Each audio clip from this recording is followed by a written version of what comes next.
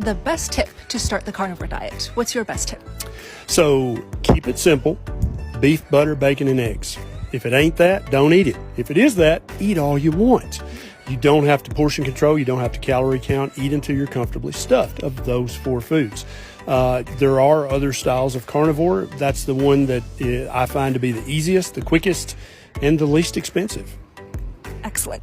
I think exactly right. I think you should just keep it very, very simple. This is the simplest diet in the world. You know exactly what you can eat, what you cannot eat. You don't have to eat at any certain times. You don't have any certain portion controls, any calorie counting. You eat until you're satiated. And so it works very, very well for people because you tailor it to your own experience and to your own needs. What is your top best tip to start carnivore? Keep it simple. And basically, this is such an easy nutritional solution for human beings. And if it's difficult, you're not going to want to do it. Right. That's really the simplest tip here. And if you like lamb or pork or goat or elk or bison, go for it. And there's some variety. What is your best tip for viewers who are ready to start? Well, don't do what I did. Find some people. Find some meat. Any meat that sounds appealing. I think some people are like, what should I go buy? I don't know. What meat do you like? Do you love chicken wings? You should get lots of chicken wings. Do you love a ribeye? Get lots of ribeye, yeah.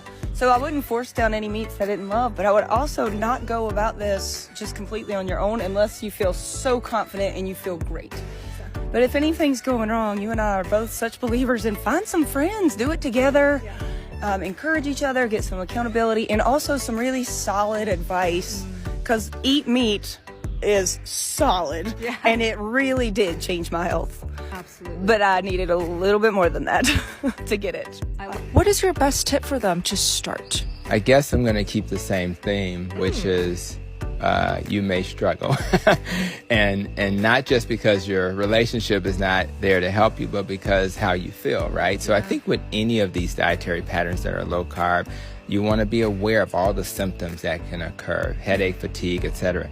And if you're having those symptoms, maybe you just have an electrolyte issue. And if you have that, that's an easy fix. A lot of people who do carnivore, they just don't eat enough fat.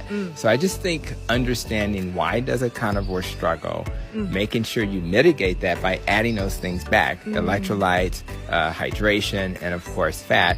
If you don't want to live a life of chronic disease, I think carnivore is the way to go. What's your best tip for them?